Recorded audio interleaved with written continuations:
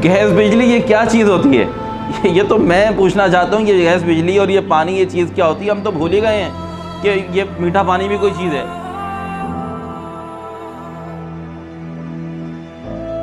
आला से आला डिग्रियाँ लेने के बाद भी वो टैक्सी, उबर और करीम में टैक्सी चलाने पर वो मजबूर हैं।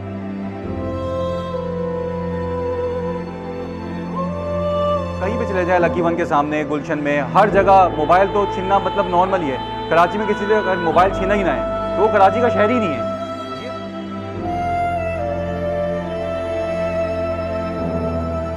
कराची का लड़का काबिल तरीन जो डिग्रियां लेकर आला तालीम हासिल कर कर भी वो जो है चाय का होटल लगाने पर मजबूर है। अब इलाज की बात कर रहे हैं, मजदूर के पास खाने के लिए रोटी नहीं है, वो 2 वक्त की रोटी नहीं पूरी कर पा रहा है। जिस शहर के अंदर, जिस मुल्क के अंदर 15 रुपए की रोटी मिल रही हो और उसके 6 अफराद हैं, तो मुझे बताएं कि वो 2 वक्त की रोटी कितने की पड़ती है? वो महीने भर अपनी आमदन में या अपनी मजदूरी में रोटी नहीं खा पा रहा है। अगर वो बीमार हो जाए तो वो इलाज कहाँ से करवाए?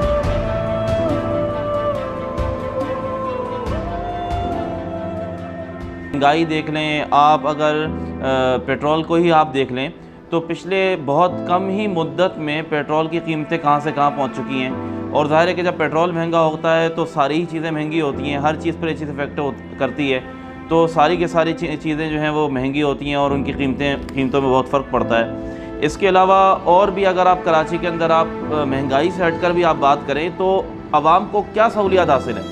भाई कराची के अगर हालात को देखा जाए तो सबसे बड़ा मसला है महंगाई।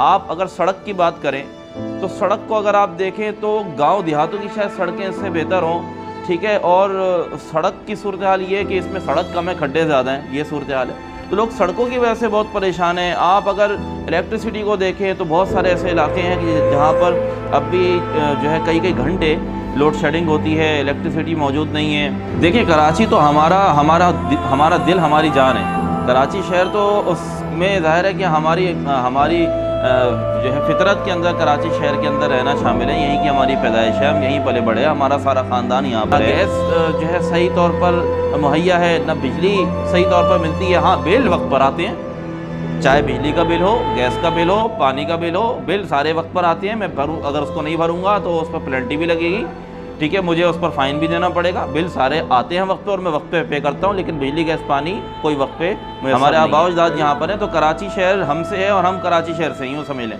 तो कराची शहर को तो छोड़कर हम कहीं जा ही नहीं सकते और कराची शहर के अलावा हम कहीं रह भी नहीं सकते। तो कराची शहर से तो हमें दिलो जान से मोहब्बत है क्योंकि ये हमारे घर की तरह है। लेकिन रही बात कराची शहर में रहना पसंद करते हैं या नहीं, तो कराची शहर के जो इस वक्त हालात हैं, जो यहाँ कराची शहर में जो इस वक्त यहाँ के जो इंतज़ामी सूरत हाल है वो इस कदर बद से बदतर और बदतर से बदतरीन कर दी गई है और या हो गई है या कर दी गई है कि यहाँ पर लोगों के लिए जब बुनियादी सहूलियात उनको मुहैया नहीं होंगी, उनको इलेक्ट्रिसिटी प्रोवाइड नहीं है, उनके पास गैस के मसाइल हैं, उनको पानी यहाँ नहीं मिल रहा। कराची की पानी की सूरत हाल अगर आप देख लें तो कराची में बिल पानी का प्रॉपर आएगा, लाजमी बिल हर महीने आ रहा है, वो आपने पे भी करना है, लेकिन पानी की शक्ल आपको देखने के लिए साल भर नहीं मिलेगी। तो पानी यहाँ मौजूद ही नहीं है और मीठा पानी लोगों के पास मौजूद नहीं है। अब लोग या तो वो खारा पानी यूज़ करें बोरिंग का या फिर वो टैंकर डलवाएं। अब टैंकर अगर आप डलवाने जाते हैं, आप देखें लोगों के पास आजकल यार अपने खाने पीने के लिए महंगाई की जो आला इस वक्त सतह चल रही है, इन सूरत हाल में लोगों के पास खाने पीने के लिए पैसे नहीं हैं, तो वो जाकर पानी के लिए टैंकर ख़रीदते फिरें। वो 3-3, 4-4, 5-5, 6-6 हज़ार का टैंकर ख़रीदें।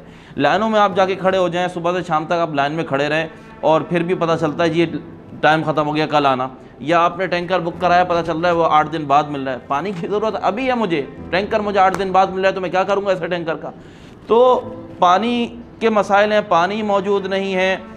इसी तरह आप देख लें वो तमाम सहूलियात कि जिनका होना किसी शहर के लिए ज़रूरी होता है, वहाँ के मकीनों के लिए ज़रूरी होता है, वहाँ के शहरियों के लिए ज़रूरी होता है कि उनके बगैर ज़िंदगी गुजारना मुमकिन नहीं है।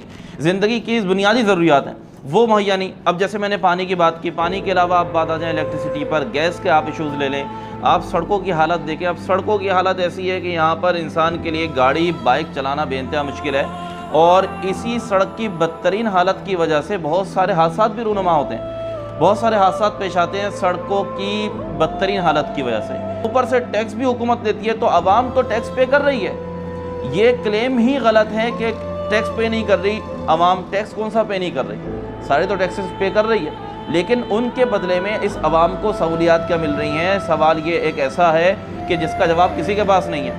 अब यहाँ पर सड़क नहीं, यहाँ पर पानी नहीं, यहाँ बिजली नहीं, यहाँ गैस नहीं। आप अगर यहाँ सफाई सुथराई को देख लें तो मैं जब कराची के शहरों में निकलता हूँ, यकीन करें, तो देखकर बाज़ जगह तो मुझे बहुत ज़्यादा अफसोस होता है।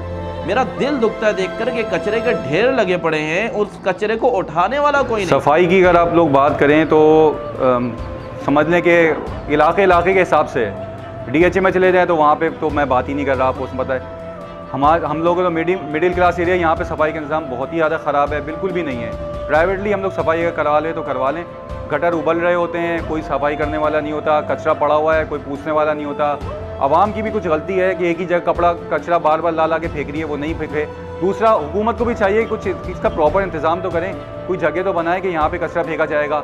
कोई हिसाब किताब ही नहीं है, तो कचरे सफाई के हिसाब से भी फेल है। कचरे के ढेर पे ढेर जमा हुए पड़े हैं। सड़कें, ऐसा तक मैंने देखा कि सड़क, आधी सड़क जो है वो कचरे से कवर्ड हुई है और आधी सड़क के कोने से ट्रैफिक गुजर रहा है। ये मैंने अपने आंखों देखा हाल है और यकीनन हर शख्स इस चीज़ इस कैफियत से बखूबी वाकिफ़ है। तो ये सूरत हाल है कि जिसमें ट्रैफिक जो है वो सड़कों का ये हाल है। तो और जितनी भी आप ज़रूरियात ज़िंदगी को देख लें तो यहाँ पर सूरत हाल ये है कि वो तमाम सहूलियात जब मैसर नहीं होंगी लोगों को तो लोग कहाँ जाएंगे। कराची से मोहब्बत करते हैं, लेकिन मोहब्बत के बावजूद वो अपने वो मजबूर हैं कि या तो वो कहीं और जाकर रहें या फिर वो यहीं पर जो है ना यानी कि यहीं पर ज़िंदगी जैसे तैसे वो गुजारते रहें और एक दिन यहाँ से मर के चले जाएँ।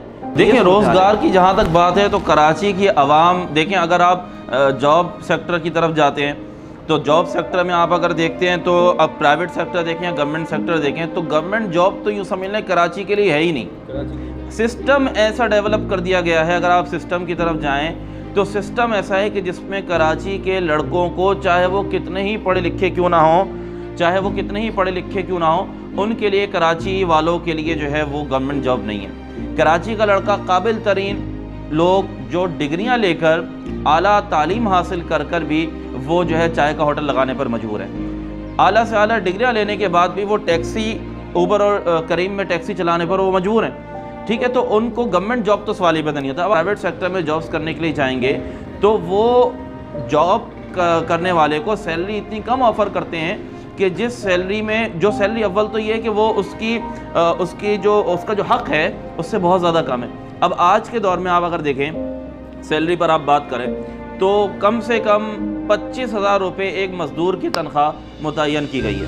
पहला सवाल ये बात होती है कि जो 25,000 है, क्या उसमें एक मज़दूर भी, वो शख्स जो फैमिली वाला हो, जिसके 2-4 बच्चे हों, वो किराए पर रहता हो, तो क्या वो 25,000 में इस महंगाई के दौर में किराए घर पे रहते हुए गुजारा कर सकता है? मेरे ख्याल में शायद नहीं कर सकता। लेकिन ये तनख्वाह तो उसकी है जो एक मज़दूर की है। अफसोस की बात यह है कि इससे कम तनख्वाह पर भी प्राइवेट सेक्टर्स में बहुत से काम करने वाले वो लोग हैं जो कि आला तालीम याफ्ता हैं और बड़ी बड़ी डिग्रियां लेकर जो है ना वो पढ़े हुए हैं। 16 साल, 18-20 साल जिन्होंने तालीम हासिल की, वो भी 25,000, बल्कि यकीन जानिए 25,000 से कम पर भी जॉब करने पर मजबूर हैं, इसलिए कि प्राइवेट सेक्टर्स वाले जो हैं वो अच्छी तनख्वाहें ऑफ़र नहीं करते और काम करने वाला जो है वो मजबूर है कि वो जाए तो कहाँ जाए। गवर्नमेंट सेक्टर में तो सवाल ही पैदा नहीं होता। प्राइवेट सेक्टर में जॉब जैसी तैसी करके वो अपने घर की दाल रोटी चलाता है कि चलो कम से कम चूल्हा तो जले, बच्चों को कम से कम 2 वक्त की रोटी। तो हाल इस वक्त यहाँ पर रोज़गार की तो यही है कि रोज़गार का मैं ये कहूँगा कि जो हक़ जो देना चाहिए वो नहीं दिया जाता और ये भी हमारी वजह बनती है माशरे में फिर बहुत सी बुराइयों के जन्म लेने का, कि जब हक़ जिसका है उसको वो हक़ नहीं दिया जाएगा, या एक शख्स है उसका लेवल तो बनता है कि वो किसी अफसर की सीट पर बैठ के जॉब करे लेकिन उसको मिल रही है क्लर्क की जॉब। अब ये उसका लेवल तो नहीं है, उसकी तालीम के हिसाब से उसको ऐसी जगह मिलनी चाहिए थी जो कि उसका हक़ बनता है। और जब उसको इतने कम लो लेवल पर आकर काम करना पड़ेगा तो जाहिर है कि फिर वहाँ पर माशरे में और भी बुराइयाँ जन्म लेती हैं, फिर चोरियाँ, डकैतियाँ, फिर लोग गलत रास्तों की तरफ जाते हैं। तो इसलिए ज़रूरत है इस बात की कि जो है वो रोज़गार के सही मौक़े फ़राहम किए जाएँ और जो जिस काबिल है उसको उसकी काबिलियत, उसको उसके लेवल के हिसाब से जो है ना उसको तनख्वाहें दी जाएं। और गवर्नमेंट लेवल पर भी जो नौकरियां हैं उनके मौक़े फ़राम करने चाहिए। एजुकेशन की तो बात आप ये ले लेना कि जब इस हुकूमत की बात ले लें या किसी भी हुकूमत की बात ले लें, मैं सियासी बुनियाद पर बात नहीं करना चाह रहा, बात तो मैं माशरती एतबार से बात कर रहा हूँ कि आप हुकूमत को छोड़ें, किसी भी हुकूमत में आप अगर लें, लेकिन अगर पिछले 15 से 20 सालों में आप एजुकेशन देखें तो एजुकेशन हमारे गवर्नमेंट की तरफ से तो दी ही नहीं जा रही। ठीक है, गवर्नमेंट जो स्कूल्स हैं, एजुकेशन का बेसिक तो जो यानी कि जो एक लेवल है वो स्कूल लेवल है।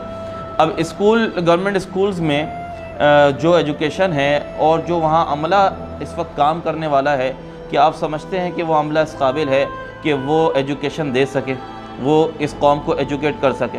मैं तो नहीं समझता। और रही बात प्राइवेट, तो प्राइवेट जो सेक्टर्स में जो काम करने वाले इदारे हैं, बहुत ही कम ऐसे हैं जो वाक़ियतन इस काम को कोई खिदमत खल्क़ समझकर, यानी एक बड़ा काज समझकर कर रहे हैं, वरना अक्सरों का के सामने जो मकसद है वो सिर्फ़ एक बिज़नेस ही है। तो एजुकेशन का तो हाल यही है कि वो वक्त गुजरने के साथ साथ बद से बदतर उसका हाल होता जा रहा है और एजुकेशन अब सिर्फ एक बिज़नेस ही बनता जा रहा है।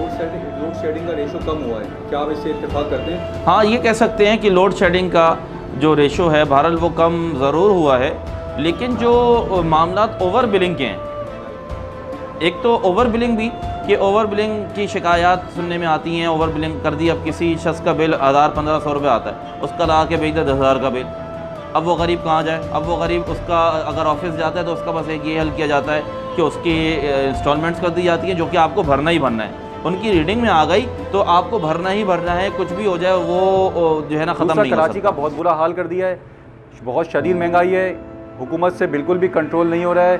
तो हुकूमत को चाहिए या तो हुकूमत ही चेंज हो जाए, वो होगा नहीं, तो हुकूमत को चाहिए MPA को चेंज कर लें सारे, जो जिस इदारे का जिसका काम है ना, उससे जिसको जो काम आता है वो दे दें, अपने ताल्लुकात की बेस पे किसी को जो ना। अब इदारा मिडिल क्लास बहुत ज़्यादा इस वक्त, मिडिल क्लास और लोअर क्लास ये बहुत ज़्यादा परेशान है और कुछ समझ में नहीं आ रहा है कि किस तरह अपनी प्रॉब्लम्स को हल किया जाए। महंगाई उरूज पे पहुंची हुई है, यानी कि समझ लें पुरानी हुकूमतों के तमाम पाकिस्तान की जब से बना है, इतनी शदीद महंगाई पहले कभी भी नहीं थी।